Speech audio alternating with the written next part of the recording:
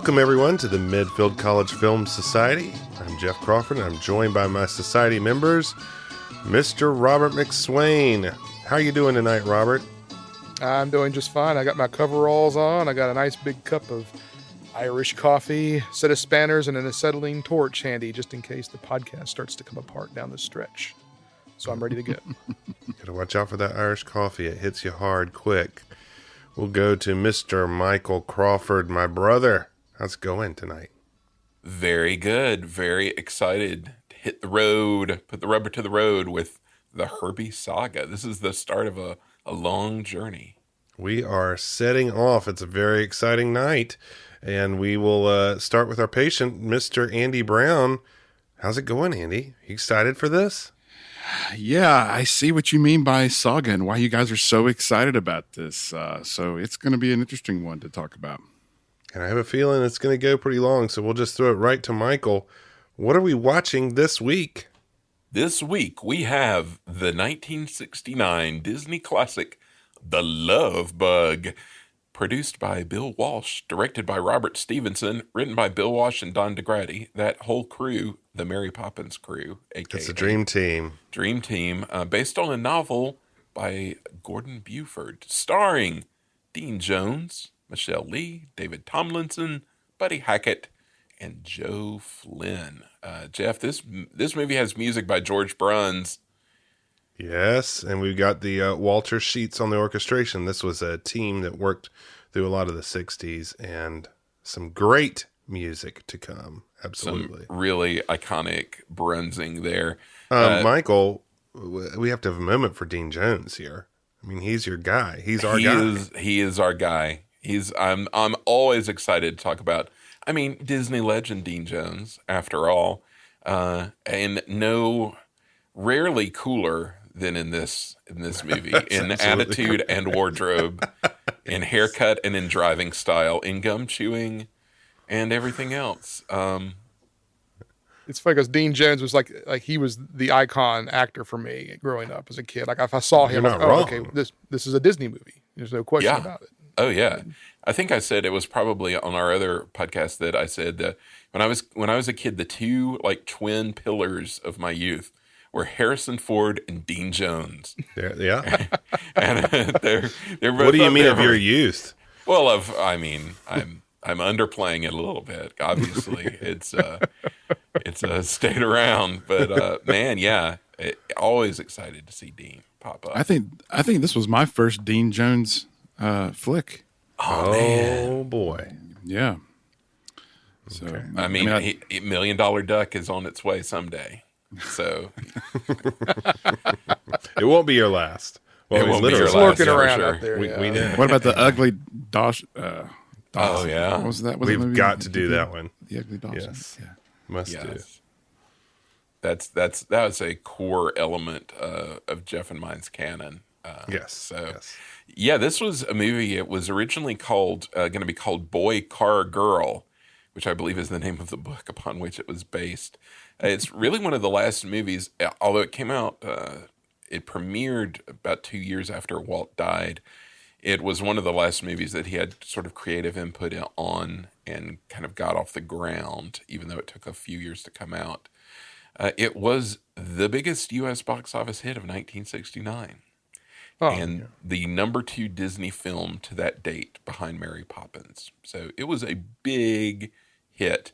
It had 3 direct sequels, a short-lived TV series with Dean Jones, a TV remake in the 90s with Bruce Campbell, in which Dean Jones also appeared, and a film remake with Lohan the decade after that. So this spawned a franchise. That's right. This is part of the Bill Walsh dynasty. He was the most prolific or the most lucrative director before George Lucas, right?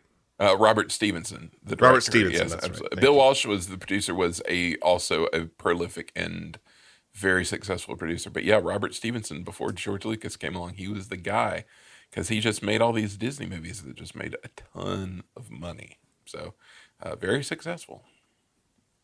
Well, and this is, the production team, the cast, we have a nexus point of a lot of Disney films, and we'll see that through the Herbie franchise. So I encourage people to look up photos. We'll tweet some, I'm sure, of Herbie Day at Disneyland, which they had to promote this movie with a ton of different Volkswagen Beetles in all like hippie regalia parading down Main Street. So it's pretty good stuff.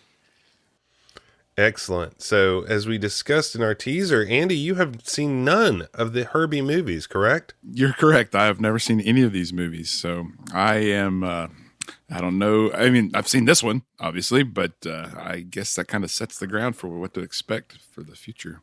Now that you've seen this one, can you give us a non-spoiler reaction to it? This movie was great. Boom, we got him. No, yeah. For a while. Oh. And then it took a turn.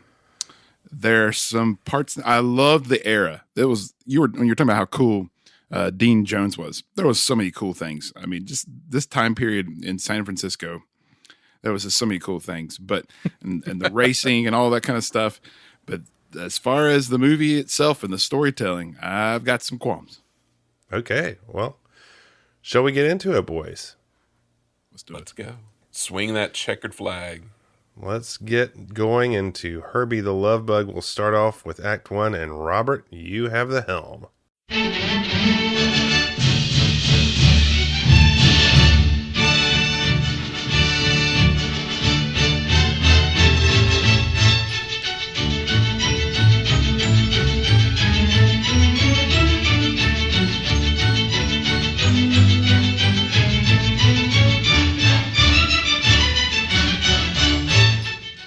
We are met with our old friend, distributed by Buena Vista Distribution Company Incorporated, with some spirited music, and one of the greatest opening credit sequences in cinematic history begins as old cars from the 1940s, 50s, and 60s run around a figure-8 track, just missing one another.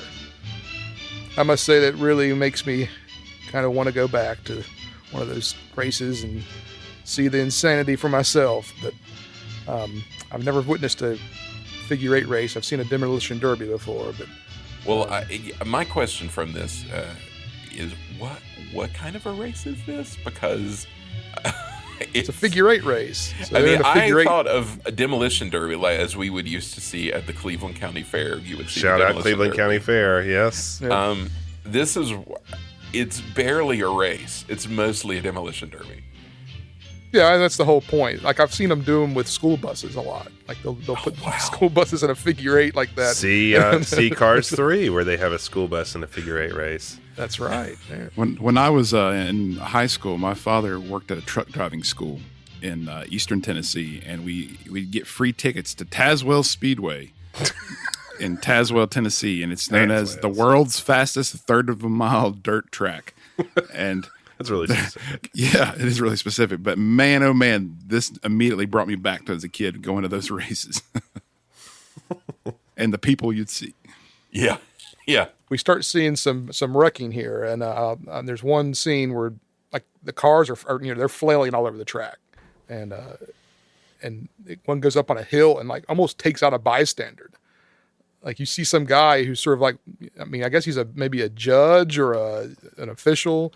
But he's like running for his life in one scene. I don't know if you guys caught that or not.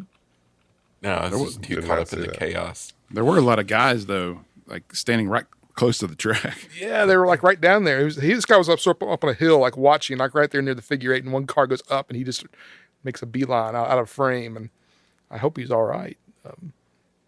And I pretend to be a gearhead, but my father, who's a legit gearhead, or a petrol head for our British listeners, would be able to identify most of these cars just by looking at them. But I'm watching it, and just it kind of makes me cringe a little bit as the Bel Airs and all these like classics go by, and just getting just wrecked. Yeah. So after countless wrecks and automotive mayhem, car number 4B, or was it 48 maybe? It was kind of hard to tell. It rolls over and on top of its roof, and out crawls our hero Dean Jones, with a great audio cue, I might add. So we cut to the first of many amazing backdrops that are stunningly realistic and impressive as Dean is riding in a car. His character's name is Jim, we find out. And they're riding through the streets of San Francisco. And in the background, we see the bay. And the man in the car, who I presume is his sponsor, is telling Jim that he needs to hang it up. He's too old to be a driver. And all these young guys are much better than him, and he just needs to quit. His sunglasses are right on time. Oh, yeah. Jim is, wearing some really sharp wraparound sunglasses that are look and mimic a lot of the sunglasses that I've seen our producer here, Jeff, wear in his college days. I wish. So I wish I had some that dope. And we discover that Jim is down and out, and more importantly, out of cars. A key component to being a race car driver. Jim is dropped off at an old beat-up engine number 3 building in San Francisco, and we get another amazing backdrop. Michael, do you have anything to add to the backdrops? Like who painted these? Like the set design here? Because it's there were several people credited. The one that sticks in my mind who probably did the paintings themselves is Peter Ellenshaw. The goat. The goat of the Ellenshaw family of matte artists who were like mad geniuses and who worked on everything. It's his work throughout. They get a lot of mileage out of that. But I also find it's interesting. They also do a lot of location shooting in San Francisco, which is unusual. They do backlots in a couple of spots, so it's really all over the place. But man, it makes me wish that every movie was based in San Francisco. It's just such a cool place. The backdrops and the scenery is such a part of this movie. It's a crazy city. Yeah, I agree. I'll note here that he's dropped off in a late 60s first-generation Mustang in royal blue, which I really dig, and it's going to be one of the many amazing vehicles throughout this movie. So as Jim gets out, we see that his home is going to be torn down and to make way for some new Marina View apartments. That's progress. So Jim pulls a gnarled up bumper out of the Mustang and hands it to his buddy in the side yard, who happens to be Buddy Hackett, who's an amateur scrap metal artist. Buddy, a.k.a. Tennessee, is trying to talk Jim out of racing as well. I've met this guy in Chapel Hill, North Carolina, for sure. Yeah, I'm not surprised. A lot of in Carborough. This firehouse set is pretty iconic as well. It's a nice little slice of time. And I would totally live there if I could. That's awesome. Like how they have it set up. So Jim is looking to find one more race. He goes out to get Tennessee's Edsel, the quote-unquote beast, only to find out that Tennessee has chopped the beast for one of his art projects. Got to have an Edsel joke in there. And he says the Edsel's going to be happier up on his art than where it was left. So without a job and a car, Jim goes out looking for answers in the streets of San Francisco wearing an outfit, again, straight out of Jeff's closet circa 1999. Man, I wish. I mean, this is what I always wanted to wear. I noted a lot of his outfits, and so I will say he's wearing an orange turtleneck, a suede blazer, and a prominent belt buckle. I mean, very nice. Look. You got pretty close, and I'll add a story here because Jeff is the guy that wore a trench coat and an outfit similar to this to Mannequins, the nightclub at Pleasure Island, once with me, circa 2002. That was his outfit of choice that night. It was just a trench coat and this. Shout out Mannequins. And you stood in the middle of Mannequins. Just it was one of the more surreal moments of my Disney World life. Was that? Everything is surreal at Mannequins. Yeah. Rotating dance floor. Yeah, it's very kind of Bullet era Steve McQueen, his look in this. Yes. So why is he friends with Tennessee? That was my question, because Tennessee seems like is this artist who said he went to Tibet. So I wonder what's the connection there. Yeah, that is what I wonder too, like how they met up. Because I mean, Tennessee is like full bore hippie. He tries to give him like seaweed to aerate his liver. He's been to Tibet and like spoken to the llamas and all this stuff. I would love to know their origin story. Right, it's an odd couple pairing. Well, it's San Francisco, so let's write up a prequel to it. Let's get it going. There's a funny Disney obsession with the counterculture, like in this era of Disney, that pops up in a lot of movies because they were clearly like, they were the most like super straight edge like white guys ever at Disney, and it's clear these crazy counterculture hippies, and so that really comes through big in this movie. Well, it's funny you mentioned like a prequel. Like I put that later in my notes somewhere that I thought they needed to do a prequel backstory on Tennessee, just on him being in Tibet. Yeah, we got Disney Plus now. We can do the Tennessee Disney Plus limited series. He mentions it throughout the movie, like multiple times. Disney Tennessee, and it becomes a major plot point later on in the movie. His time in Tibet does. So, but Jim's attention is suddenly stolen when he sees a nice pair of legs hanging a sign that says, "May we direct your attention to these." Yeah. Nice. He tries to peer around the sign only to be startled by the lady who invites him in.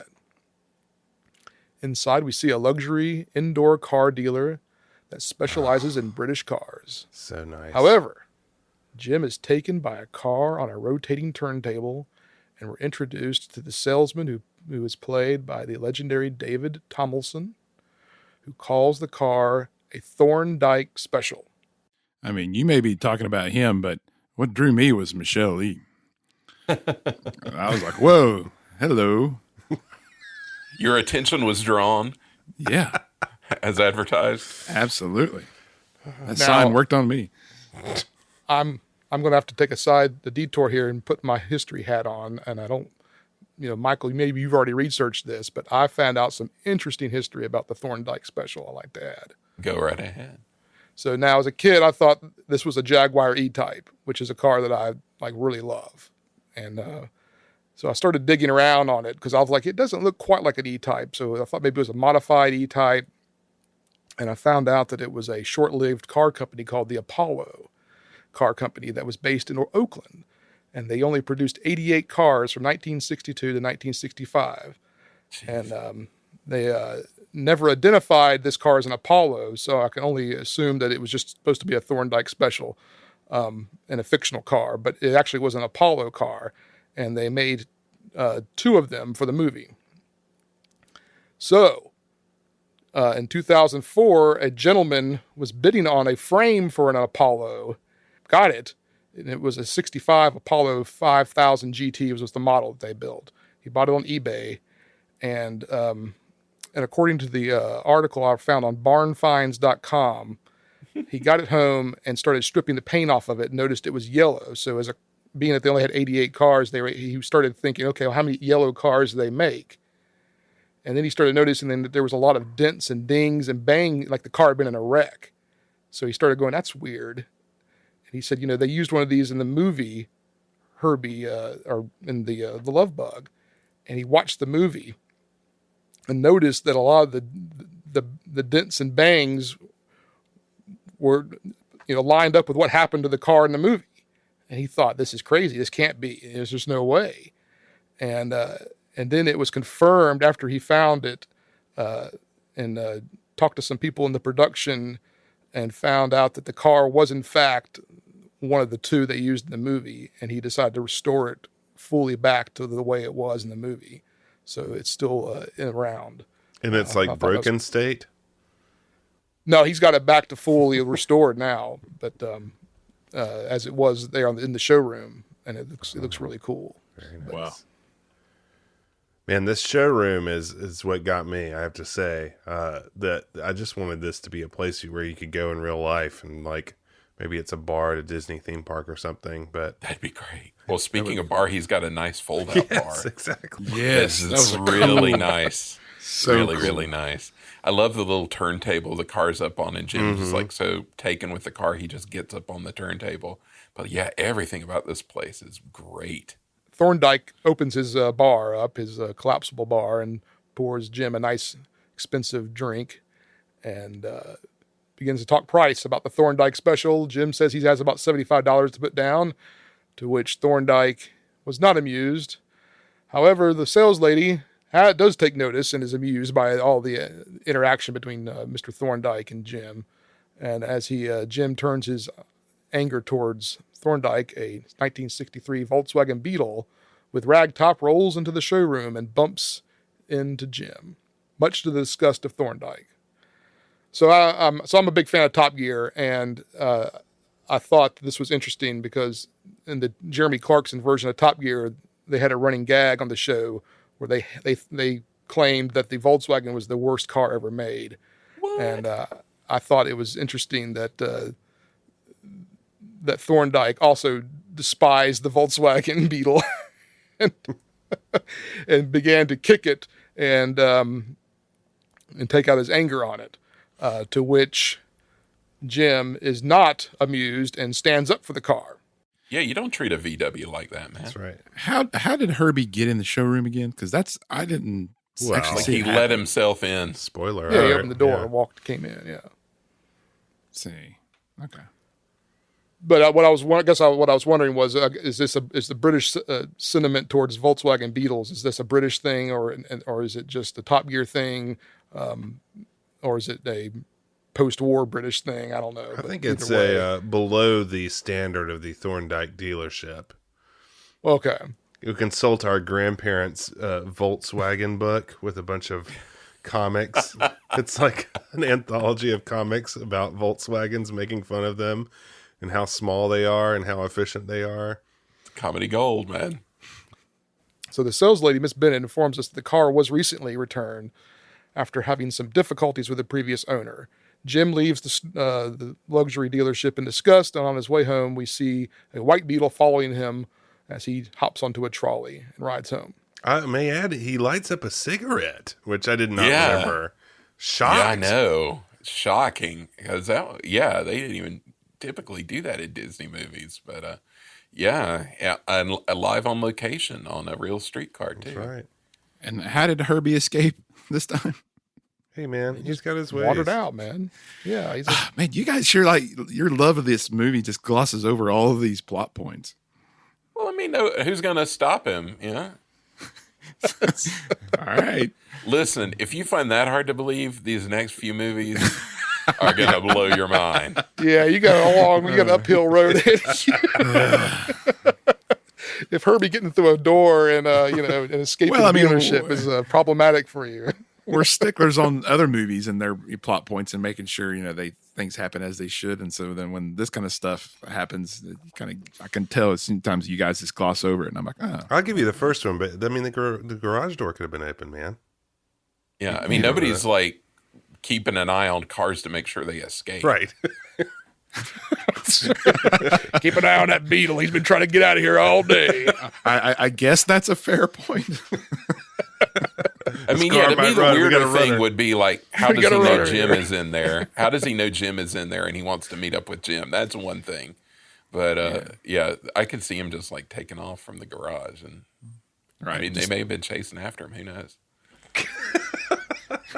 Hey, where are you going? I think we should examine every plot hole in this franchise because it's going to be great. We need to do a really deep dive, I think. This is it'll be exhausting, but it'll be fun. Yeah. It's just a suspension of belief, I guess it's fair to say. And just enjoy it as a movie, right? Enjoy the romp. Okay, I'm with you. Can we also talk about, I'm sorry, the Herbie Foley effects of like Herbie like thinking and like reacting to things? Good stuff.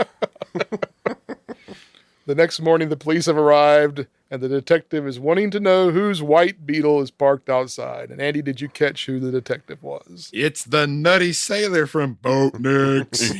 Yep. That is right. That is Mr. Joe E. Ross from Boatnicks. I was very proud of myself. The Nutty Sailor. Officer Tootie. He's like wearing a suit. It's going to be real disappointed if you missed that one. No badge. Plainclothesman. He's up in the force. That's right. Jim points out that he saw the car yesterday at a dealership. The detective tells him he's being charged with grand theft for taking the car.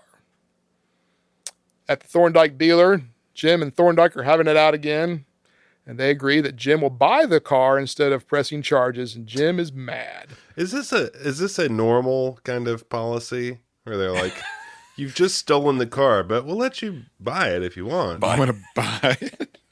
It feels like kind of like a Seinfeld plot or something. Right. It does.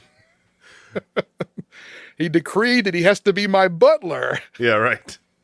I'm going to interrupt with the wardrobe update. He's got the green turtleneck sweater, a tan overcoat, and plaid pants. Man, I'm really jealous of his wardrobe. The overcoat killed me. I was like, that is cool. So nice. Yeah, I did dig that. I think that was my favorite, was the overcoat that he had there. So Jim is mad. He's feeling like he's being forced to buy a car he never really wanted, even though he needed a car, but whatever. On the ride home, Jim discovers the Beetle isn't a normal car. The Beetle refuses to get on the freeway and causes quite a stir, with one driver yelling, "What's the matter? You from LA or something?" That was good. The driver of that car, first we point out the love of freeway jokes from this era. Yes. They love freeway jokes in general. But that driver was a Disney legend, Wally Bogue, yes.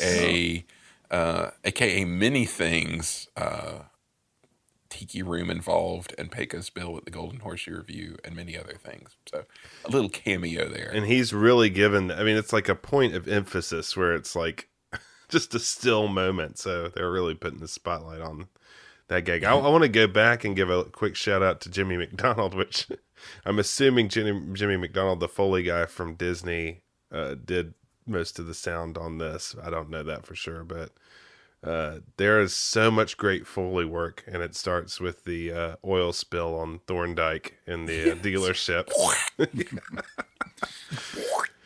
And shout out to the Herbie theme, which makes its kind of debut when they're driving around. A great soundtrack from George Bruns with the flutes and the guitar. I could just listen to that forever. It's really weird that they didn't come out the gates with that. They just they saved it for then. It saved it till he hit the road. We also get our debut of the trademark Jim Douglas driving style. His steering technique, which is difficult to emulate in real life because you would kill yourself, but fun to watch. All right, now, Michael, you spent some time in L.A. and the West Coast. What's the sentiment amongst SoCal people and the Bay Area folk? Because the joke about him being from L.A., I thought maybe was a... Oh, that was spot on. That was like a total California joke that, like 50 years later, is still completely accurate. But that's what I figured now. Like San Francisco people think LA people are like barely civilized, like lunatics. So it pans out. So Jim brings the car back to Thorndike, and we get a cartoonish wreck as Herbie slams in the front of Thorndike's Rolls Royce Phantom 5. How'd they do this, Robert? Another great car. How'd they do that? Yeah. I have no idea. But it's Andy, was it good? You want to talk about plot holes? I mean, I think slamming into a Phantom like that is... No, I just suspended my belief after Herbie made his entrance and exit. Okay. That's one of the effects that kind of makes me laugh every time, because it's like super fast and he just bounces right off of it. And I don't know, there's just I guess when you have a studio of like X animation people, it's easy to do gags like that and make it pay off, but it's pretty funny. Yeah. So I got a question here. So Miss Bennett is dressed up and heading out to dinner with Peter Thorndike. So what's going on here? Yeah, what's going weird. on, indeed. Yeah, I had that question as well. It did not make sense because it seems like I couldn't tell if they were an item or if Thorndike was kind of, like her sugar daddy or something like that. I don't know. It just did not make sense. She seemed real sweet on Jim earlier. Like she was like eating what he was serving. And it's weird. I think as a kid, you just always accepted it because it's like, the bad guy is always, in like 80s movies, it's always the bad guy's dating the girl and then the good guy takes the girl away from the bad guy or whatever. So you just kind of accept it. But like watching it now, it's like, that is odd that they would be going out to dinner like that. And I think Jim later even calls it a date. He's like, sorry about your date or something like that. So, and it's she didn't say, no, it's not. Yeah, it's a gray area. Professionally, very suspect. It's kind of like the Bond or the Bond villain who would have like a pretty girl, and then all of a sudden, that's Bond totally what. That is totally why I didn't even think about it. That is absolutely right. She's the Grace Jones to Christopher Walken. Also set in San Francisco. I mean, it fits perfectly. Miss Bennett agrees to take the car for a drive to see what the issue is. We find out that Miss Bennett knows all about Jim and his racing issues. She has trouble with names and faces, but she never forgets a car. A couple of kids roll up in a chopped Model T hot rod and want to see if that doodlebug needs a workout. Or I believe actually the direct quote was, "Dad, want to give that doodlebug a workout?" Yeah, I love this. This was great. This is the first of the counterculture scenes. Wonderful. Some severe wigs going on already. They love hippies. Hippies are the funniest thing in the world to them. And this movie's full of them. And so this is where you get a little sneak peek of the back lot, because they did these close shots on the back lot.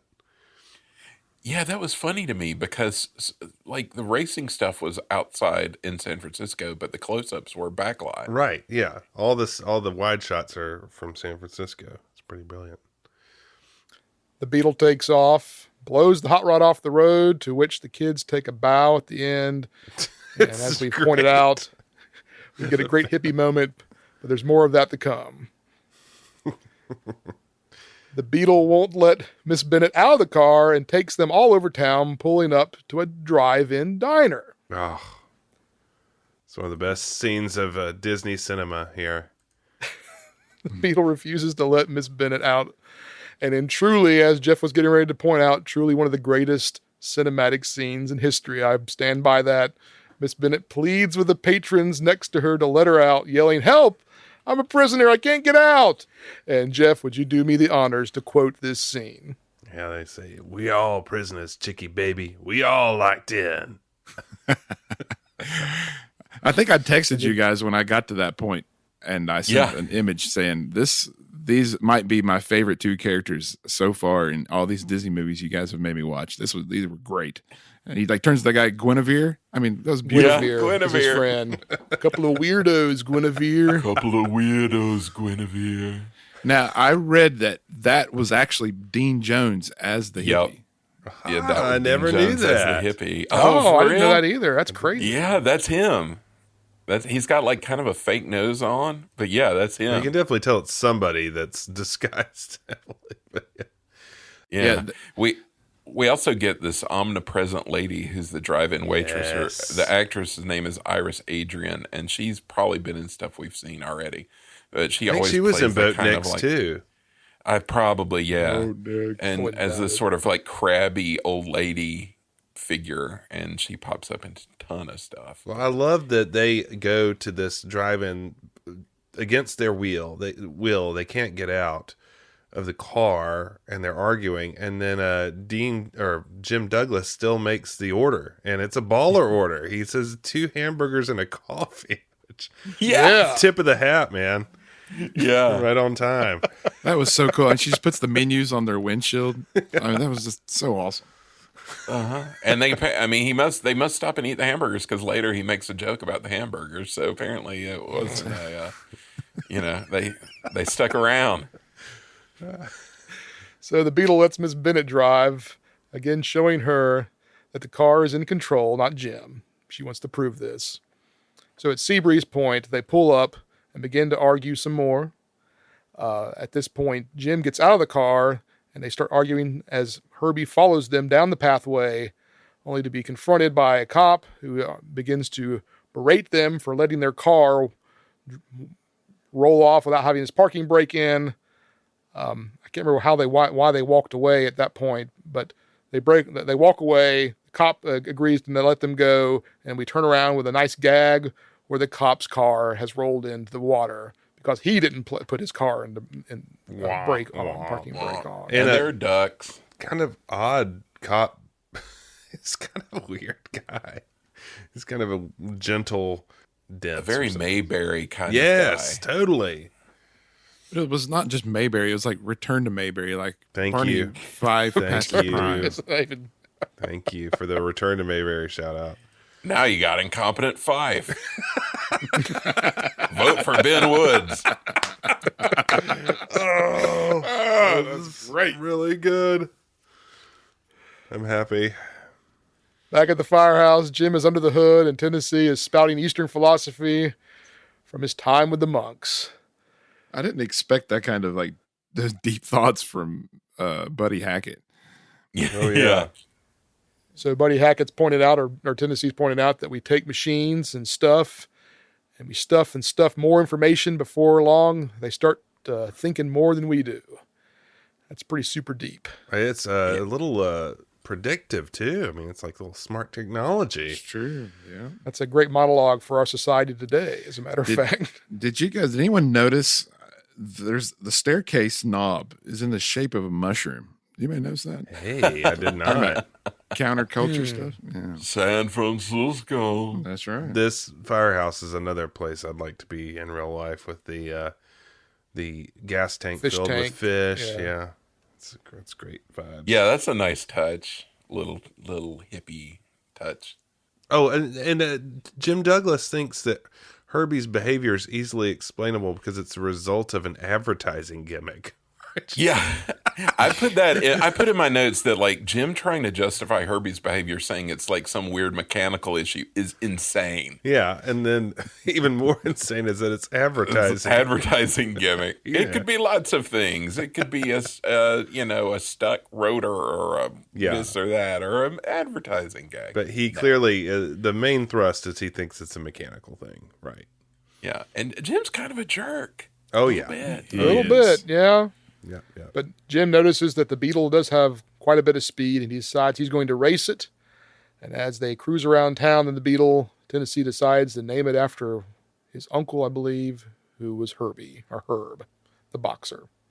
Got that Herbie theme going on. I could watch that B-roll of Herbie driving around San Francisco to this theme all day.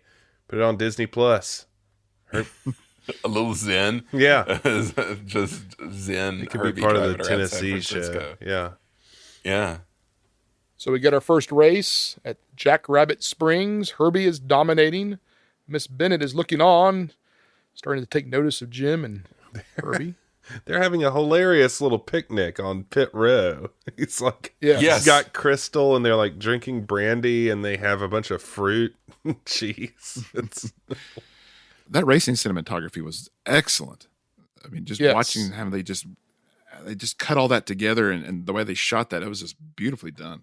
And they have a couple of nature shots at the beginning too. I was gonna say, my headcanon is that George Lucas based Indiana Jones and the Crystal Skull on the shot of the prairie dog or whatever at the start of this, since that's how he started off Indy 4 with that shot. You mean Steven Spielberg? Oh yeah, well, yes, Steven Spielberg. I don't know. It was goofy, so my mind went to George Lucas instead of Steven Spielberg. Sorry about that. Yeah, you were correct. It's hard to throw Spielberg under the bus. Exactly. My brain had a block, refused to do it. Yeah, totally. So Jackrabbit Springs is actually Willow Springs International Motor Sports Park, located north of L.A., and was used in the movie Ford versus Ferrari, along with a whole bunch of other movies. But I noticed it in Ford versus Ferrari. I thought that looks like the same racetrack they used in that movie. Huh. So Jim is taking all the credit and not giving anything to Herbie. As they win the race, Peter wants to buy the car back, and Jim again is taking the credit and considering selling it back to Peter because he's a great race car driver now. He won a race. He doesn't need Herbie. Herbie's not winning those races. Miss Bennett convinces Jim to race Peter at Riverside International Speedway, another LA track, and the winner of that race would get Herbie outright. I will also have to mention this race marked the premiere of Jim Douglas gum chewing technique as he drives his aggressive gum chewing technique. So that was a little hallmark, a Disney first. I also want to say that he says after the race that he was beginning to think I wouldn't be anything more than a piston happy lead foot punk. That was a good line. Good line. Yeah. That's a good line. Why? I did have a question. Why is Thorndike a racer? Because that is a good question. I was confused by that as well. Like, I could see him being like an owner. An owner, or even some sort of snooty European racing, but like this like crazy kind of wild California dirt track racing doesn't seem like he would be interested in that. Yeah. Well, I'll talk about this later in my notes here, but I'll go ahead and mention it now. So, like, I remember going back to Top Gear, that in the 60s, this type of racing was really popular all over in Europe, and it was making its way to California at this time. Oh. So it was just, you just grabbed a car and went out there and raced it. There was no sponsors.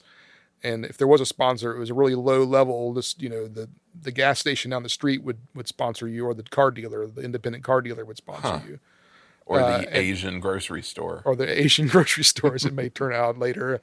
But there's two trains of thought. You got a European car, or you got a big U.S. muscle car. Because the muscle car could take the straightaways and just tear it up, and then the European car could go through the turns. And so you'd have all these little European roadsters, and then you'd have these Corvettes and these Mustangs and Camaros out there, which you saw a lot of on the track. Which I thought was interesting. Would that context, would the audience in 1969 have been aware of that, which would have made Herbie being in these races that much funnier? I would think so. It was really popular, evidently. I mean, back then. It's died off now. You don't see that kind of thing, except at like smaller dirt tracks. But we mentioned Ford versus Ferrari. That was what they were doing in that movie as well, which also took place in the 60s. Gotcha. In the race, Tennessee tells Herbie to sandbag until the last lap, at which time he signals for Herbie to go in kind of a really goofy Buddy Hackett kind of way. He's holding a sign. It says, "Go Herbie" or something to that effect, but he's delivering it in true Buddy Hackett fashion.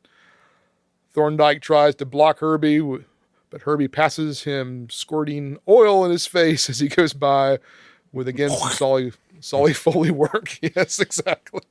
That's a good gag. Thorndike always getting something on him. A montage begins showing Herbie winning over and over at Laguna, at Monterey, at Las Vegas, and at Tulare, I believe was the name of the race.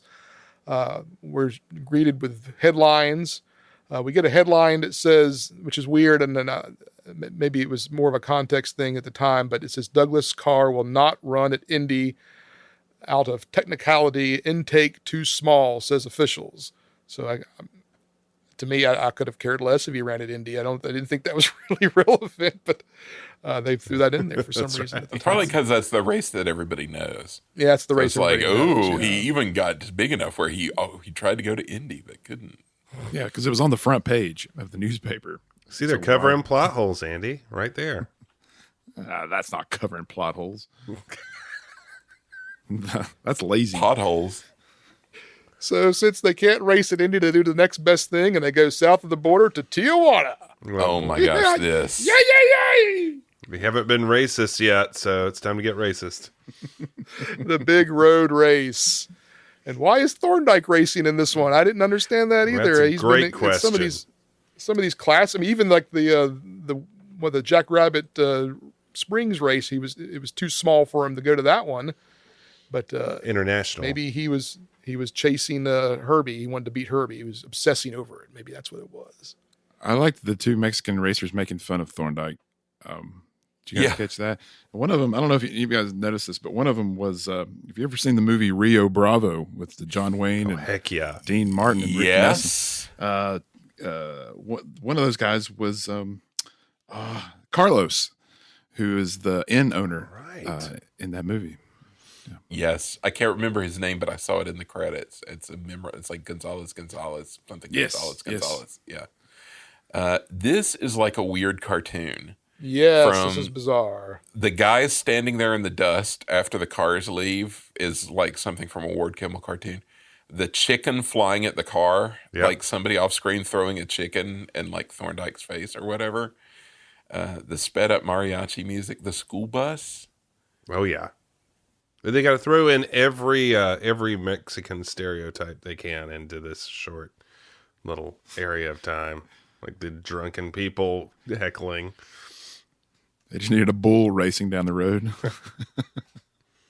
Thorndike is racing in what appears to be like a Jaguar D-Type, which is an extremely expensive car and makes absolutely no sense. First of many very expensive cars that he races, besides the Thorndike Special, which makes no sense why he's racing this car, which is an open air car in a dirt environment in Mexico, but whatever. But not only dirt, like off-road, like they're off-road sand dunes and stuff. Yeah. It looked like Mad Max. Much better for the school bus. That one pan shot across the desert does look like Mad Max. So then right. So they have the bizarre moment with the movie, the racers, it's clearly a bunch of little tiny model cars that they're dragging across. Yes. And they're moving like a prop in front of it, a mountain, and they're sliding it by the camera. And then the mountain covers up the cars. You just see this big cloud of dust going by. It's very cartoonish and very clearly fake, and it was jarring, but it still made me laugh because of how bad it was. So I enjoyed it. But can anyone else explain that better than that? I mean, that's... No, I just like that it ends with their victory photo, and Herbie's wearing an enormous Herbie-sized sombrero. I didn't notice that. Yeah, that's great. Yeah, he's got a huge Herbie sombrero. Let me tell you, if you enjoyed this scene, you'll love Herbie Goes Bananas. That's right. Coming up soon. So as we point out, Herbie wins. Thorndike is humiliated yet again, and that includes a lengthy explanation of Act 1.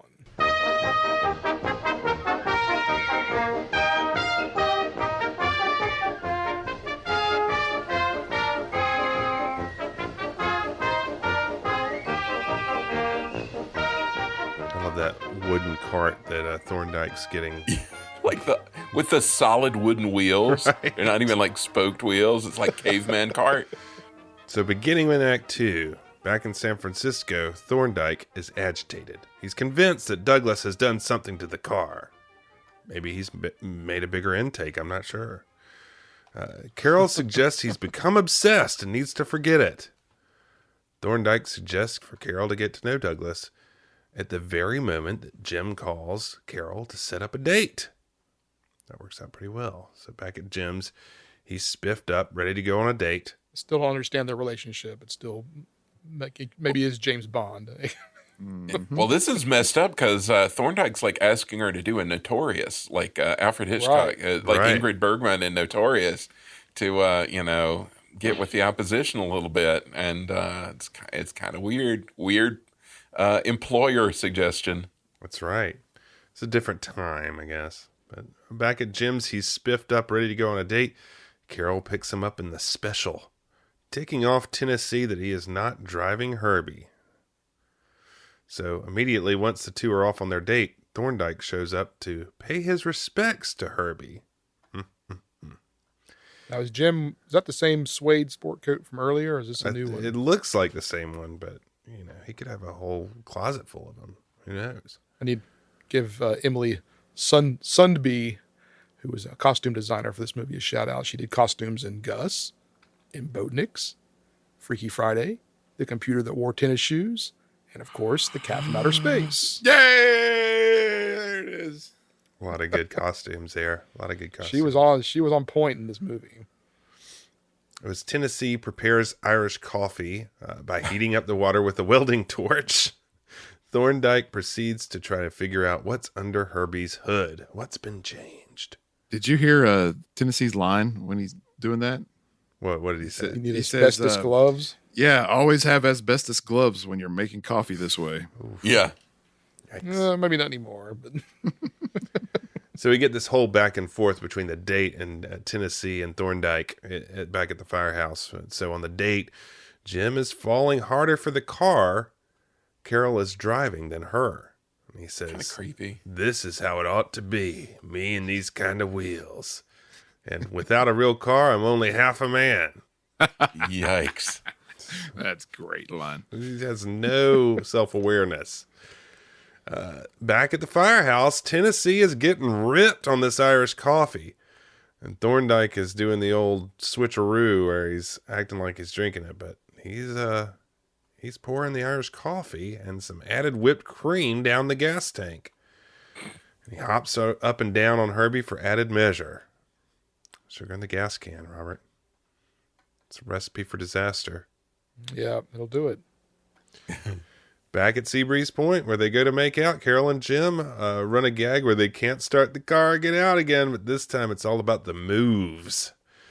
And and Jim has the weirdest line where he says, "When the light hits you just right, you're as beautiful as General Grant on the $50 bill." What is that? I had that in my notes. I said, "You smoothie, Jim." You hound. That is an odd compliment. Why a $50 bill? That's a good question. Why not go for? U.S. Grant, more handsome than Ben Franklin, but just go for it, man. If you're in. True. Back at the firehouse, Tennessee is barely functional. He tells Thorndyke that the secret of Herbie is heart. Thorndyke thinks this is all gibberish, but at last we are at Riverside, the big race. Thorndyke is confident he will win. You know, he put the Irish coffee in Herbie, so. And all is going well for Douglas and Herbie until Herbie starts experiencing difficulties. And we've got some high octane Foley work here, Robert. Yes. Well, I was going to point out here that another car reference here that Peter appears to be driving a Ferrari 250. So if you're not a gearhead, that's an extremely rare and expensive car from the 60s. And again, where is he getting these things? He's just pulling these cars off a showroom floor and racing them. But yeah, it's crazy. Okay. But what about the sounds? The sounds are also crazy and amazing. That's some next level sound effects going on here. It's some bubbling and belching noises and some crazy, There's a little effect where he almost jumps through the cloth roof. So Tennessee orders them to come in. As Herbie drives by, he just belches out a big bubble of foam out the exhaust. And Tennessee knows exactly it's Irish cream from the taste, because you got to lick the foam that jumps on you. Of course, that's always a good idea. Herbie breaks down to an amazing array of sound effects and wacky wheel effects. You know, his wheels go sideways and with the crooked wheels, like the stagger leg wheels, is so great. And the way they stage his like final collapse, where he like goes up against like the rail and like his bumper falls off just at the perfect moment. That is so well timed. Oh, yeah. It's great. So are we to assume that Herbie's had like 5 cups of Irish coffee at this point, or is it just that one that we saw him pour in? No, there was definitely more shown than that. So yeah, I think he was just feeding him all night. Yeah. Okay. Because I was going to say if it's just the one, then he can't hold his liquor very well. Poor Herbie can. At the Herbie parade you were talking about, Michael, do they have like a one that's got like kind of like drunk Herbie? Oh, I hope so. That would be the best. Yeah, Pose with drunk Herbie. Yeah. Or just as it goes down the parade, just kind of got the wobbly wheels. They should have a drink dispenser like stand that's Herbie, but it comes out as like tailpipe. It's the Irish cream. Or if you need whipped cream, it shoots it out the tailpipe. Like a Herbie espresso machine or something. So as Thorndyke celebrates his victory, he won the race. Herbie blows Irish cream all over him as he's loaded into the truck. This is another a dumb sight gag, but so well timed, so well played. Wasn't Peter like brushing off like the beautiful women there too as well? Yes, he couldn't be bothered. Like I don't even know how they did that. Those perfect splotches, just like straight up his middle. Good stuff. Back at home, Tennessee says Herbie has a fever. Carol shows up, says she's not with Thorndyke anymore, everybody. What does that mean? What does it mean? I don't know. And Tennessee begins to tell Carol all about Herbie. And she manages to fix Herbie, cleans the fuel lines out, and Douglas comes back in a beautiful new red Lamborghini. Robert, you know what kind this is? This is a Lamborghini 400 GT, of which they only made 23, which is about to be 22 in a minute. Wow. He says he needs something that can cut it, and he's got to stop kidding himself. He needs a big, powerful car. He claims he made some changes to Herbie and did a good little bit of country driving. So he's really in denial here. It's a total jerk. I got to call out, there's a nice little bit of business when after Tennessee gives Carol the lecture about Herbie and being real, and she does a nice little thing where she kind of goes to pet him kind of, and doesn't, but it's just kind of well, this is weird. It's a fun little, I don't know, it's just a fun little bit of acting there that I always really like, because she's thinking about it and is rubbing him down, then kind of goes to pet him and stops herself. It's fun. She's going to become a believer, though. So Thorndike calls with another offer from Herbie. Jim accepts. He's calling from a car phone, too, isn't he? That's right. Tennessee is very upset. And Carol gets upset as well, because she's now drinking the Herbie Kool-Aid. She believes it. My question is, Jim knows at this point, because you can tell by what he says to Thorndike, he knows that Herbie was sabotaged. So why is he mad at Herbie? He's got that denial, man. Well, I mean, ego. This, you were talking about, his character Jim being kind of a jerk. It's been a slow descent. I think he's starting to turn for me, because here in a minute, he's going to go full Heisenberg. Yeah, it's Heart of Darkness, man. And so more and more, you just kind of see it. You're like, wow, this guy's. You just kind of stop pulling for him. So Herbie's right. Jesse, is that what you're saying? Well, Tennessee's got the blowtorch and all that. Yeah, I was going to say Tennessee. It might be Tennessee. So Jim accuses Carol of going out with him, so Thorndike could sabotage Herbie, like you said. Him and Carol get into it. She tells him he didn't win any of the races. That was Herbie. And around that time, a noise is heard outside, and Herbie is wailing on the Lamborghini. So, guys, what did you think about this scene? I mean, that's not cool, Herbie. It's murder. That's dark. It's so dark. It is super dark. That's what I'm saying, and later, there's a shot of oil on the curb. It looks like a crime scene. That's right. Well, it is. It's murdered that GT, man. Yeah, straight up murders him. Jim hits Herbie with a shovel. So that's another dark moment. In a fit of rage, he says, of course Herbie is jealous because Douglas gets all the credit for winning the races. So he believed it the whole time. Now everybody's on the Herbie plane. Everybody's like, yeah. Thorndike shows up. Thorndike doesn't seem to notice the destroyed Lamborghini in the background. He's just completely oblivious. But he's like, this seems like as good a time as any for me to show up. Right. So he's like, I can tell something's going on, but blah, blah, blah. Douglas throws him up against the wall, says he believes it too. He says Thorndike knows that Herbie's sentient. And Tennessee says, Herbie don't believe in you anymore, Jim. And Herbie is gone. Gonzo. Driven off into a matte painting of the night. That's right. He's not going to help you because this is a private thing between the two of you. Good luck. It's very formal. But Jim is off in the foggy streets of San Francisco to find Herbie. And this is quite the segment here. Yeah, this is amazing.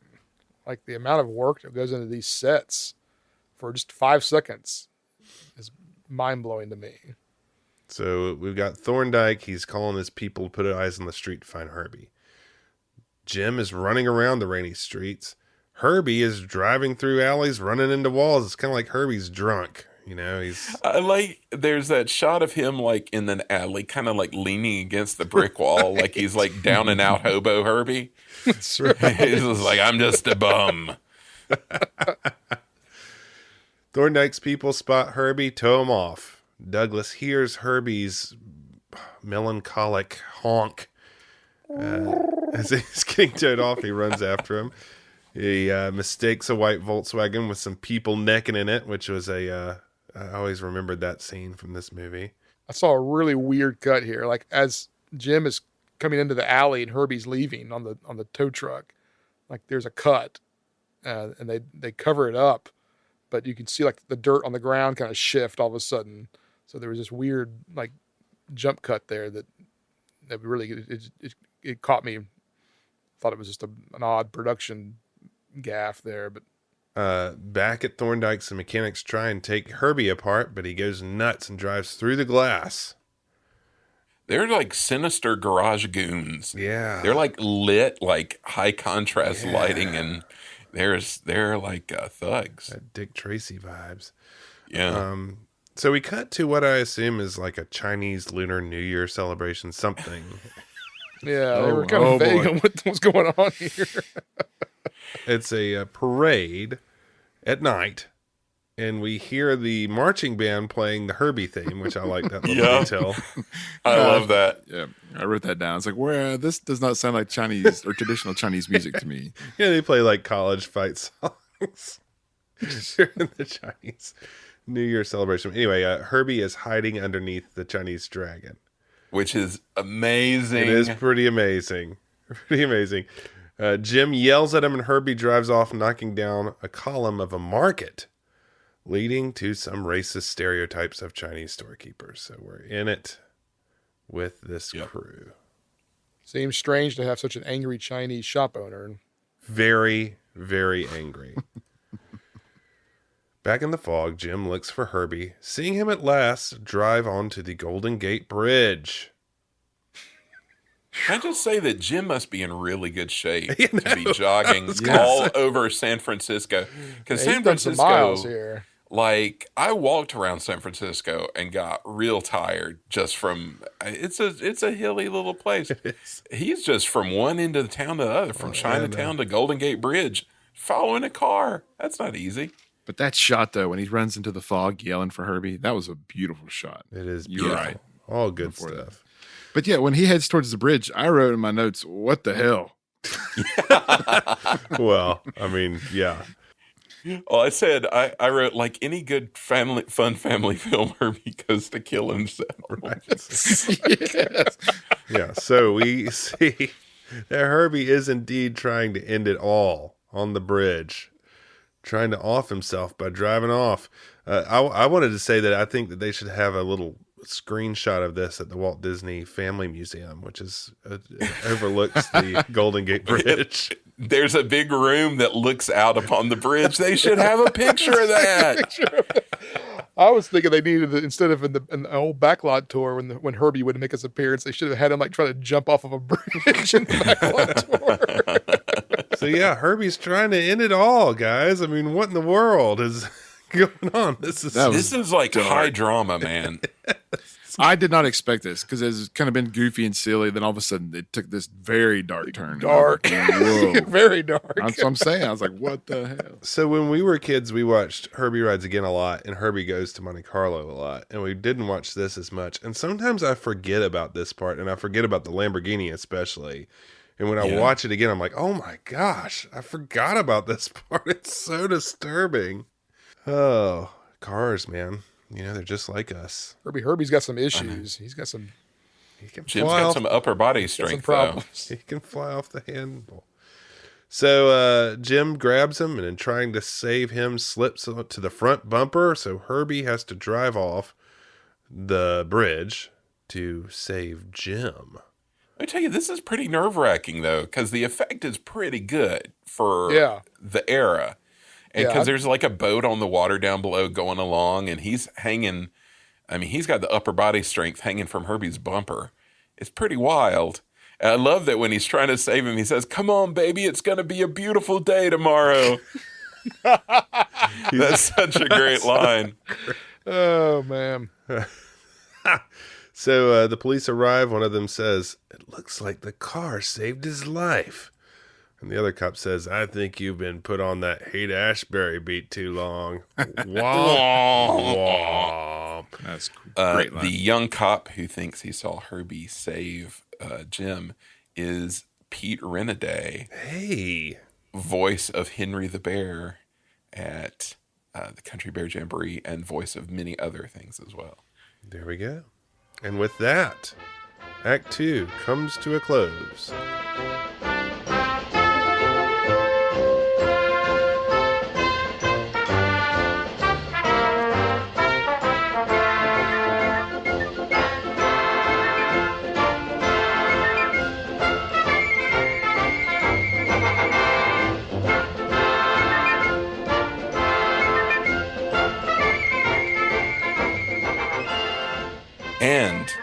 So it is that we find ourselves at the police impound garage, where the Chinese shopkeeper from previously and his assistant are going from car to car looking for a horn that sounds like Herbie's. Herbie is iconic.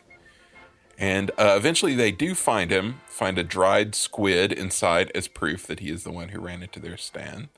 All to the strains of an orientalized Herbie theme. Right. Which is a nice, classy touch. They tally up the damage on an abacus, of course, and deliver the bill to Jim. He says he can't pay the damages. He has no money. So the deal here is they're going to impound the car and auction it off to pay off the shopkeeper. And then we get a scene. Tennessee says that he taught English in Tibet, which is funny because who would let Tennessee teach English? Prequel, man. We need the prequels. Yeah, exactly. He wants to talk to the guy in Chinese to try and reason with him. So we get Buddy Hackett speaking in comedically exaggerated Chinese. I don't know Chinese, obviously. I have no idea if this bears any resemblance to actual Chinese. Or I would be interested to know if any of it was even trying, or if it was just him being ridiculous. Buddy Hackett being ridiculous. Yeah. I noted the same thing, though. Yeah, I was like this. I said, Buddy Hackett speaking Chinese is odd and uncomfortable. Yes. Yeah. Yes, it is. Yeah. So in Chinese, he explains Herbie to the guy. Turns out the guy is a racing fan, and he recognizes Herbie. He's got a newspaper in his pocket with Herbie on it. But now he wants to keep Herbie. Jim says that's fine, but he makes a deal.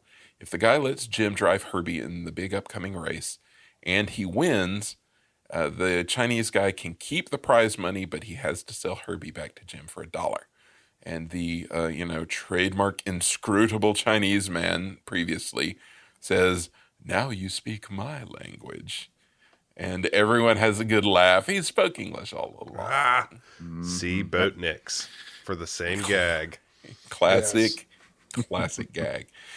So we cut to the El Dorado race, where a very non-actor person, a person who I have been long obsessed with. Well, I look it up, is named Andy Granatelli. Yes. A racing guy and spokesperson for STP. He was the CEO of STP. He was the. I had never heard of this person before. I had just known him from this, and it amuses me every time. It's amazing. It's very security guy at Mouseketeers at Walt Disney World.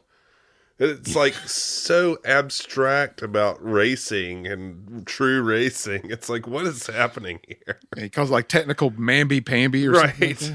Yeah. Well, I'll add that he's a huge deal. I found out. Like his nickname was Mr. 500, and he was the CEO of STP, and he is credited for bringing major sponsorship to auto racing.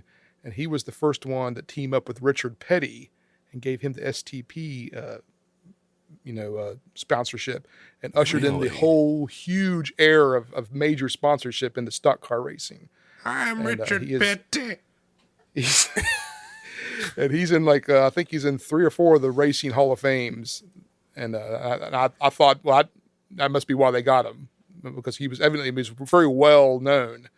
Yeah, especially if he had been a spokesperson as well as like a CEO, he would have been somebody that people recognized, I suppose. At least he was people would have. Very flamboyant. Like he would wear these STP suits at the Indy 500 and it was real out there and crazy looking all the time. So. He was not very flamboyant in this. Yeah, here he's the guy who's laying out the rules for the race, and as we said, he says instead of all the technical namby-pamby that there's so much of today, this race will have few rules. As long as you stick to the course, anything goes. So that sets the stage for shenanigans that follow. After the briefing, Thorndike approaches Mr. Wu and tries to butter him up a little bit. He wants to set a bet on the race, so they randomly step into a phone booth to talk, which I thought was odd. Mr. Wu points out that Thorndike was the guy who came up with the idea of small print on car contracts. Another auto innovator, Robert. Yes. He invented small print. It's a wacky gag. It's poking fun at society's foibles. Anyway, they start to make a bet. We don't know what it is, but we cut to the starting line.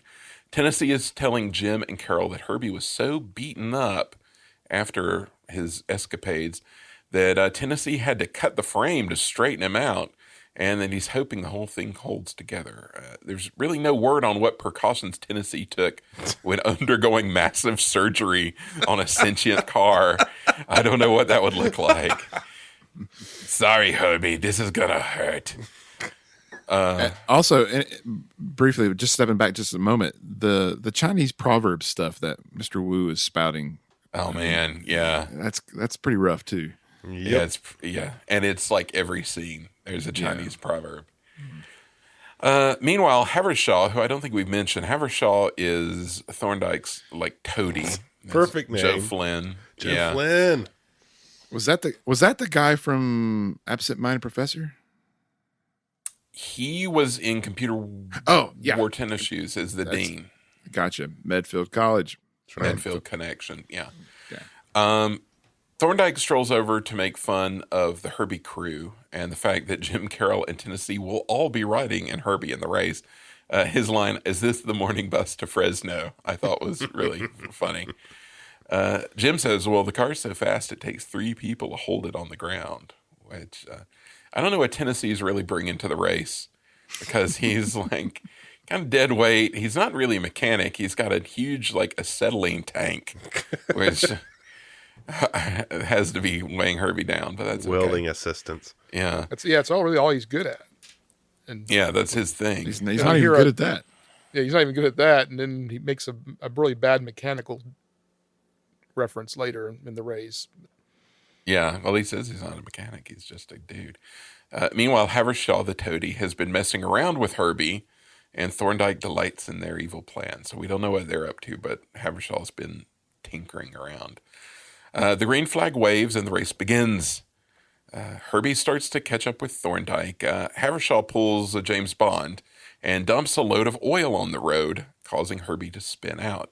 But Thorndyke, stupidly, is so distracted that he drives his own car into a mud pit, where a bear begins to crawl into the car. Man, this set, bear gag.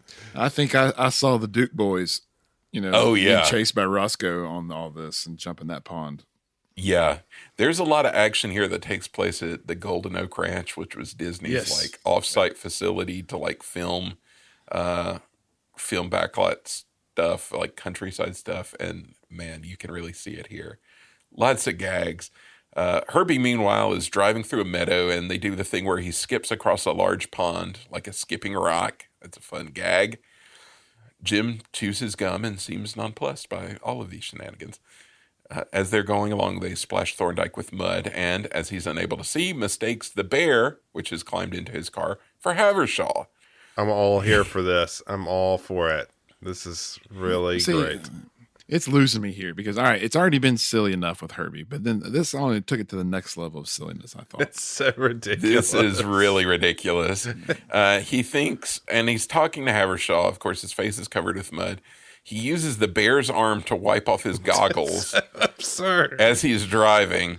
And he finally bothers to look over, and the bear's sticking its head through a map, which is great. And he just passes out as the car drives off into the woods. And there's a shot the bear's trying to wake him up because he's in the driver's seat. And the car's like weaving through trees at high speed, and the bear's like nudging him, trying to wake him up. Oh, man. Finally, it stops, and the bear and Thorndyke both take off in opposite directions out of the car. How did they get the bear to look back? Because they both turn, pause at the same time, both look back at each other, and then run. I don't know. And the effect of the bear arm, I mean, it reminded me of the Wampa arm, and Empire Strikes Back. I mean, it's basically the level of like somebody in a gorilla costume in like a Marx Brothers movie or something. I don't know, like a giant stiff furry paw sticking in from off camera. But then the bear is real the rest of the time. It's something else. But then, most importantly, Gary Owens shows up. Gary Owens. That guy. Oh, just like a cool drink of water, Gary Owens shows up.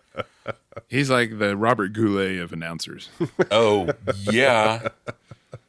That's perfect. He's doing race announcing now. He says, Jim's in the lead. Thorndike has picked up Havershaw and is close on his tail. Says they're all approaching the old mining town of Chinese Camp. Back on the road, Team Herbie discovers that Thorndike has replaced their gas with water. And as they sputter to a halt, Thorndike speeds by, laughing maniacally. And every time he goes by, he honks. And it's really intense, and it usually like blows them over. Which also gets me every time. They're like, I'm gonna get him good. As they're attempting to figure out how far they are from Chinese Camp, we hear mystical Oriental music as like a dozen Chinese guys in sweatshirts show up to carry Herbie away on a stretcher because Uncle Wu sent them to help. So we're in Chinese Camp. Thorndike's fueling up at the slowest pump in history, which also makes a gong sound every time it rolls over. It's wrong, but I laughed. It's wrong, but I laughed. I laughed too because it's ridiculous. Yeah. There is an ancient Chinese guy in a ball cap and bow tie manning the pump, and an even more ancient guy, his father, who's got like a Fu Manchu beard, sitting in a chair, pumping the gas. And they have a slogan on the back, don't they? Yes. Put a dragon in your tank. Is that a take? Didn't Exxon have something like that? Like put a tiger in your tank. Yep. Yeah. So this was a fun little racist riff on that. Wow. Thorndike is furious, not at the stereotypes, but at how slow it's going. And the Chinese guy gives him some proverb in pidgin English about how hurrying is bad. But just then, Herbie shows up, and like 20 people, some in coolie hats, rush out to service Herbie in sped up motion. That really cracks me up. It's super silly. The wheels on the gas pump for Herbie spin around, gong a-blazing as they refuel him. That's like a pit crew, but even more intense. Thorndike tries to pull away to follow Herbie, but his car has been chained to the ground by the old Chinese guy. And then that's when we see the back of the man's overalls. Tang Wu's quick service. Put a dragon in your tank. Oh, thank you for that. Gary Owens gives us an update on the race, saying Thorndike is again catching up with the field. He speeds by Herbie so fast that it knocks Herbie on his roof, and he spins down the road. Honk, man, it's deadly. It is. We get some more racing footage as the cars wind through the mountain roads. But oh no, Thorndike is tampering with road signs and sends the Herbie crew and some other cars the wrong way through the Lost Bonanza mine. It's like wacky races now. This is turned into. Yeah. They pass an extremely animatronic-looking prospector mining. Yes. Which looks straight out of the Calico Mine Train at Knott's Berry Farm, I have to add. I just thought that was funny, though, that the miner doesn't pay the cars any attention. It just keeps on doing his job. Baller move. Yeah. Like a bunch of cars follow, and they're like swooping around the mine on like 3 different levels, and the prospectors just keeps working. He's just still chipping away. Oh, it's so weird. Team Herbie eventually piles the car into an old mine elevator, kind of tip him in on his side. And Thorndike's taking a break to prematurely celebrate with some champagne. He is pulled over and is enjoying himself. When Herbie comes speeding down a hill from the old mine and Thorndike takes off in pursuit. Havershaw at this point has arranged for one of Herbie's wheels to come off. This is very The Great Race to me, the Blake Edwards film, The Great Race. So Thorndike gives Herbie a nudge, and sure enough, his wheel comes off, which almost sends Herbie careening over a cliff. There are not a lot of safety measures on these mountain roads. No. Whoa, no kidding. The shot of the wheel going off the cliff really cracks me up. It's so long and... Yeah, it takes forever. Yes, well, that's the second wheel. This is the first wheel goes off the steep cliff. Oh, yeah. Then we get some bits of business as Jim tries to pull Tennessee into the car before it tips over a cliff. And when everyone is safe, they discover that Thorndike has sabotaged their spare tire as well. Womp womp. That was a good like stunt. that he cuts it into like pizza pieces. It's in Virginia City, the endpoint of the race's first day, a crowd awaits the racers.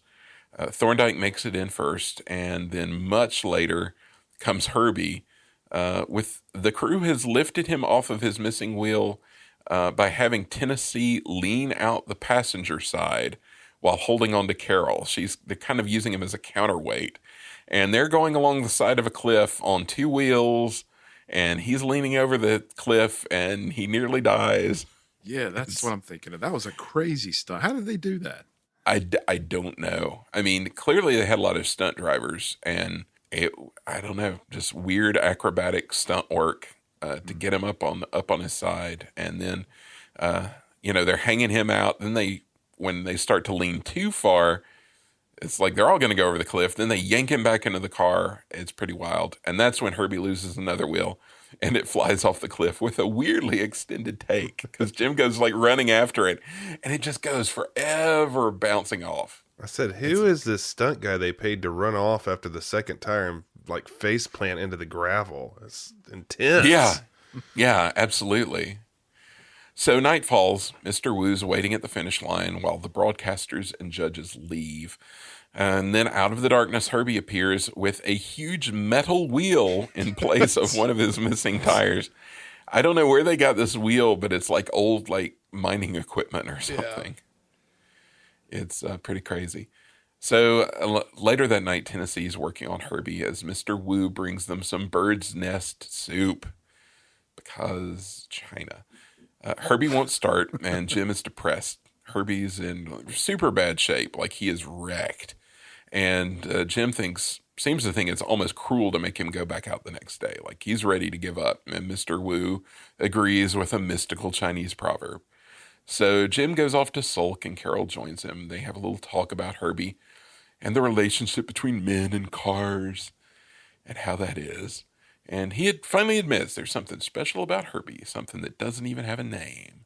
He wonders why Herbie picked a loser like him. And Carol says Herbie must have thought Jim was worth belonging to, just like her. Aw, so they have a little smoochie. And Thorndike pulls up with a tow truck. And it turns out that his bet with Mr. Wu means that whenever they lose the race, he owns Herbie. So now they're giving up. Herbie belongs to him. He gives a weird little monologue about who's going to have Herbie vivisected and destroyed. Yeah. It's kind of rough, and gives him a big kick. That's just mean. And Tennessee makes an amazing noise when that kick happens. I was going to say this makes Tennessee make a noise that I hope Jeff includes in this podcast right now. It's indescribable. So we're just gonna. Jim gets in a little tussle with Thorndike, and Thorndyke's goons come in and hold Jim while Thorndike takes a sock at him. Free licks. And free legs, really. It's rough. It's mob stuff. And this sets Herbie off. Herbie comes roaring to life, and he chases Thorndike off, and then everybody kind of gives chase after him. Isn't Thorndike rocking an ascot here and a jacket over his coverall? Yeah, something ridiculous? Yeah, he's fancy. Yeah, ridiculous. He's come to gloat in fancy style. They finally catch Herbie after Thorndike like jumps over a fence into the woods, and Wu says that Herbie has the strength of 40 horses. And which apparently he actually does in real life have 40 horsepower. Says it's time to get the egg foo young off their face because he's Chinese. So so they're back in it, man. The next day arrives, and everyone's lined up to race. Herbie is shaking and angry and tries to murder the Thorndike special before they can start. Herbie, man, anger issues. Herbie is ready to scrap. He goes after the Thorndike special, and I like the I don't know, some official is like, "Watch it, Douglas." And you're like, one more screw up and you're done. They're trying to calm Herbie down. The cars begin to leave in the order that they arrived in Virginia City, and it's finally time for Herbie to depart. He has to wait around like forever to leave. So he goes roaring off, and we're on the road again. Herbie takes all kinds of wild shortcuts through the woods to catch up with the pack. How do they shoot those? Like I was watching that. I watched it several times. Like he's cutting, they're cutting all these back, switchbacks, and he's cutting through and like crossing over. Like and it's practical as far as I could tell. Oh yeah. And like the cars would just miss. I mean, the only thing I think of was they were slowed it way down so they could time it better. But it didn't look super sped up though. Yeah, I know. It was very. I mean, the stunt stuff here was really good. Yes, absolutely. I mean, it's funny because in the opening credits it had the drivers, and it lists like 40 drivers or something, maybe even more than that. Yeah, it's more than that. Yeah, it was crazy. Yeah. And I don't know how I would love to know how they did all this stuff because it seems super dangerous. And like also getting a Volkswagen to do all the things that Herbie does, like off-road, seems nuts to me. Because they are going, like you said, the racers are doing these switchbacks up and down cliffs, and Herbie's just cutting across and like weaving through the cross traffic and just going up and down these, like, this is out west in the Sierra Nevadas or wherever. And it's crazy. So how many Herbie cars did they go through? How many Volkswagens? I wonder when they went through like during the Dukes production. of Hazzard. They probably had an army of them. Well, they probably had more because they had the stunt, car, like the ones that would do wacky things. So that's a whole nother. Yeah, they had the hidden driver vehicles and all those. Yeah. Yeah, there were a lot of them. I've seen a number and I can't remember what it is, but it was a lot because each one would do like different specialties. So they're off-roading left and right, and they nearly catch up to Thorndike. Then they pass through Whiskey City, where they kind of demolish an old West town. Herbie's driving through buildings and running into everything, and things are neck and neck. They're out on the road, and then Thorndike just straight up runs Herbie off the road, off a cliff. Straight up trying to murder him. Yeah, that is like, and it's. Yeah. Herbie's got a dark streak. Yeah. I will run you off a cliff and kill you. So Herbie runs off and lands in a tree. And then there's a mini version of the Jurassic Park car and tree scene. That's right. Yeah. Good call. And Herbie finally falls out, which was a fun effect. And they just load up and take off again. Tennessee is worried that Herbie has done something to himself in that last fall and that he won't hang together much longer. They peel around a curve where Thorndike and Havershaw have pushed an enormous log out into the road, like an enormous sequoia log. And they run straight into the log, which sends Thorndike under Herbie's hood. They drive off without knowing Thorndike is under their hood, only to discover his face in the glove compartment, yelling. So they stop and pull him out, and he does a weird little monkey walk because he can't stand up Another straight. thing that takes too long. It's like the monkey walk thing. They just ride it out to the end. Yeah, absolutely. Back at Gary Owens' HQ, the crowd is heading to the finish line. Douglas is in the lead, but Thorndike is catching up. Aboard Herbie, Tennessee notices that the floor is starting to come apart. He has Carol pull on one of those straps they would have inside VWs to kind of hold Herbie together while he tries to weld it back. She does, like a boss. But then the roof starts to tear too, and suddenly things are looking rough. Suddenly the two halves of the car yank apart, and they're still connected by like the drivetrain or whatever, but are separated. Jim tries to stop so that they can rescue Tennessee from the rear section, but Herbie won't stop. Thorndike tries to overtake the car, but Herbie uses his swiveling backside to block the car from passing. Again, stuff that could not have been easy to film. I don't really know how they did it, but they did. Gary Owens is waiting at the finishing line with some binoculars, broadcasting the final sprint of the race. And just as Thorndike is once again congratulating himself on his premature victory, Herbie's two halves tear apart completely, and Tennessee, who's in the rear section, overtakes Jim and Carol and goes speeding off. Thorndike is now in a race with both parts of Herbie, and as the crowd cheers, Herbie takes first and third place. What do we think of this set piece?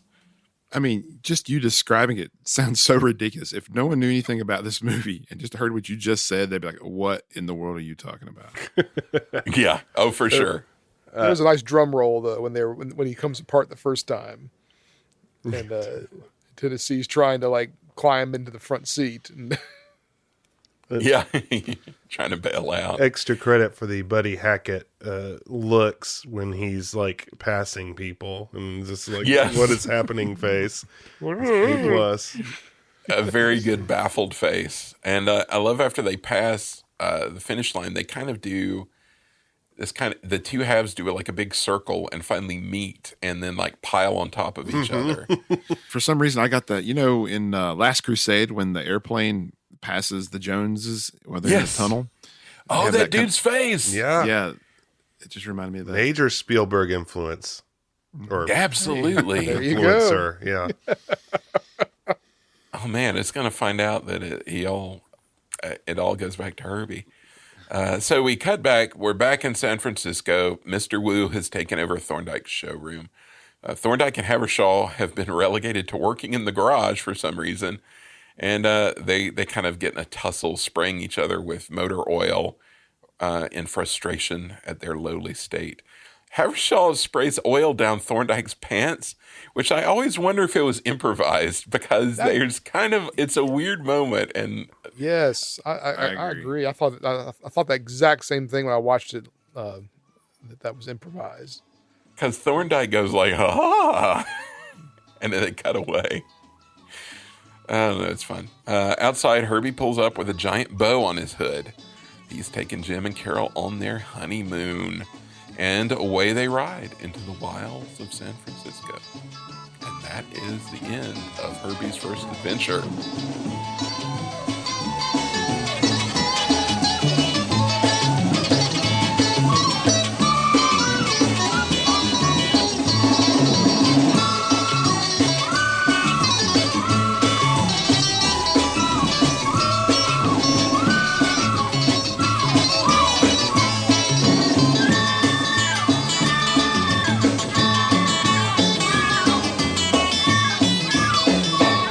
Herbie's got to go to therapy, I think.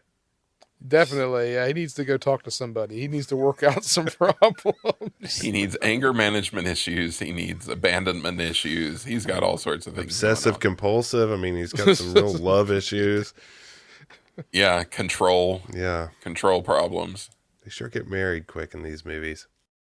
Yeah, I thought that too. I had forgotten that they got married in the It was the 60s. And was like, wow, that is quick. It was the summer of love. Yeah, it's true. It's true. It's San Francisco. Well, it's that time, boys. It's time to rate this movie. And we do it using our unique rating system. Robert, what's the scale this week? Our scale this week is cups of Irish coffee. Good call. Watch out for them, man. They'll lay you out. Major plot point. Speaking of plot, we're going to start with plot and writing. I'll go to Robert. How many cups of Irish coffee do you give this movie? I've been going back and forth on this one. I'm going to go with a high 3. I almost gave it a 4, but the third act got a little slow for me and got to be a little too much. That kind of dragged it down, but yeah, we'll go with a 3. Okay, we'll go to Michael next. This one's tough for me because I'm also between a 3 and a 4. I think it could probably have been a little shorter, maybe cutting out a little bit, but I don't know. All the gags, most of the gags at the end worked for me, so I'm going to go with a 4, a low 4. I'll agree with that, and we'll go straight to Andy. What do you give it? I'm going to go lower than you guys. I'm going to give it a 2. I thought it was, it's already ridiculous, the whole idea. And that's not really what I'm kind of knocking it for. I'm just knocking it for some of the other pieces, that I've already kind of spoke about. And again, the third act, it really slows down. I think this movie was probably 15 minutes too long. Yeah. I'm giving it 2. I agree with that. We'll go to casting and acting. We'll start with Michael. I'll get a 4. I like everybody who's in it, and they all are well suited to their roles. There's, aside from the unfortunate Chinese things, everybody I don't know. Everybody does well, so I'll give it a 4. And back to Andy. I'm gonna go with a high 3. I think it wasn't great, but it wasn't terrible. So I'm gonna go in the middle of the road. All right, and Robert. I'm gonna go with a 4 as well. I'm with Michael. It was good. No complaints. I mean, yeah, I think I'm inclined to agree with you guys. I'll say 4 as well. Good at production value, and I will start with this. I love a lot of the production on this movie. I mean, you got to give the drivers credit and all the car gags, the matte paintings, the setting, the aesthetic of it all. The music is all good. I think that, some of the green screen looks bad now, but that was common from there, but they used it a lot. So I'll ding it for that. But I loved all the interior work. I mean, like we said, all that stuff is great. So high 4. And Robert? I'm going to agree with you on all those fronts. Almost gave it a 5, but the green screen stuff took away. And it's not that I think it's a sign of the times that it was tough to do green screen, but even some of it was. There was one shot where they're in the end with the cars coming apart, where the car's clearly not. It's almost floating above the ground. They just didn't get the angle quite right on the green screen. So, yeah, it's going to be a 4 for me. Andy? I'm going to go with a 4 as well. I mean, it was no Freaky Friday racing kind of production at the end there, but yeah, I'm going to go with a 4. And Michael? I'll go to a 4 as well. I mean, it was super ambitious for its time, I would guess. And like these Disney special effects movies were like the big special effects, big deals of their day. But, there's some stuff that hasn't aged well. So, yeah, 4. Okay, we'll stay with you, Michael. Entertainment value for this. How many cups of Irish coffee do you give it? I'll give it a 4. I mean, it's Herbie after all.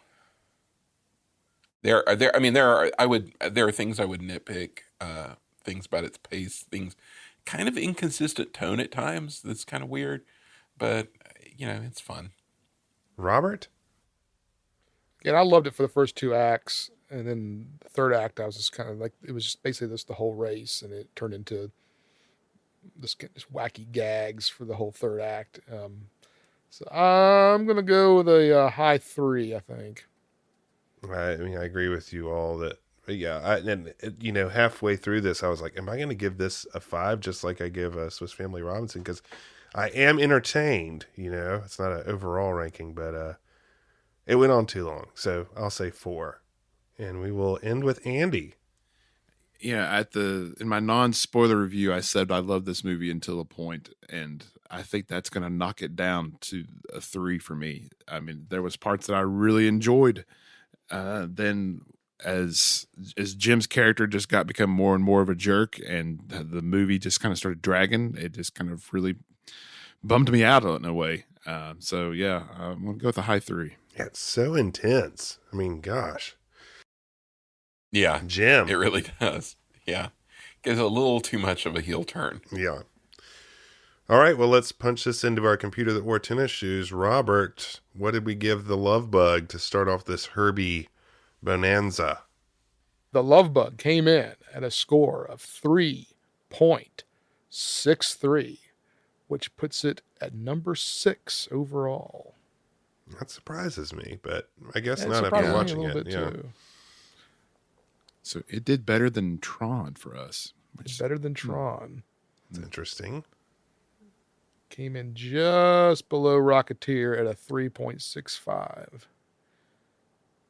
Then Natty Gann, it's sitting in the top 4. Oh, wow. So we have given it our stamp. Michael, what did Leonard Maltin have to say about the Love Bug? You know what? I couldn't find a Leonard Maltin quote about Love Bug. I was shocked. That is shocking. In his book, The Disney Films, I thought I would definitely find something, but he just kind of offhandedly mentions it. That is shocking. It says shocking, it's a special effects comedy and doesn't really say anything pro or con. Leonard. Call us, Leonard. We need Tell us what you think. We need to know. Drop us the line.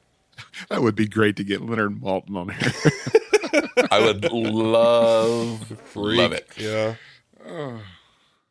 So this launches off a series that we're tackling. And like I mentioned it before, this was a series that Jeff has been pushing from the inception of this podcast. He's been wanting to do the Herbie series. So Jeff, for our next Herbie movie, what do we have? Well, have you all, I mean, we've just watched the first one. Are you all dying to know what happens to Jim and Carol and their marriage? Yes. Too bad. Oh, no. Because we're not going to deal with that. We're just going with Herbie. It will never be mentioned again. What? Are you? Oh, God. We are going further into the world of Herbie with Herbie Rides Again. And as I have mentioned, this one was on heavy rotation in the Crawford household. Not because of its relative quality. Nope. Just because of when you're a kid and you get something on tape, that's what you watch. And I think I was pretty obsessed with cars. So, I mean, I still want to know what was on the VHS because I feel like there must have been something before that was... Oh, yeah. Oh, yeah. Maybe it was a ducking disaster with Donald Duck or something like that. Yeah, I think you're right. Ducking disaster. I want to challenge you all for the next episode. I mean, we kind of have jumped into this, but I'm thinking about this next movie will be the center of a Disney cinematic universe. And I want to challenge you all to think of trees of the Herbie cinematic universe. It seems like this time we've kind of come up with the Tennessee backstory Disney Plus one. So make sure you come with your best pitch at the end of Herbie Rides Again, because it is a nexus. And Andy, you are going to be thrilled who the heavy is in Herbie Rides Again. That's all I'm going to say about it. Okay, can't wait. Somebody you've seen before. I'm excited. It's been a long time since I've seen this one. I actually don't remember anything about it. I remember everything. I can't wait to talk about it. It was on a VHS. We watched it some, but I have no memory of it though. You were too busy watching Splash as a child. Must have been being forced to watch Ollie Hop Noodle. Hop Noodle, yeah, that's what he's watching. As always, Todd Naprick is doing his thing with our graphics. Why don't you cut him loose with your brand and see what exciting new concepts he can cook up for you? Todd Naprick at bindandgraphics.com. You can check him out on Upwork. He knows how to make you look good. Todd. Man, that Swiss Family Robinson graphic. Come on, people. Just get in touch with Todd. So that wraps it up for us. Anything else to say about Herbie before we continue to Herbie, boys? We have a, no pun intended, a long road ahead of us. I'm so excited. I can't wait. I'm looking forward to this next one. Like I said, I know who the villain is. All right. So from all of us to all of you, we wish you well. We will see you next month for Herbie Rides Again. Take care.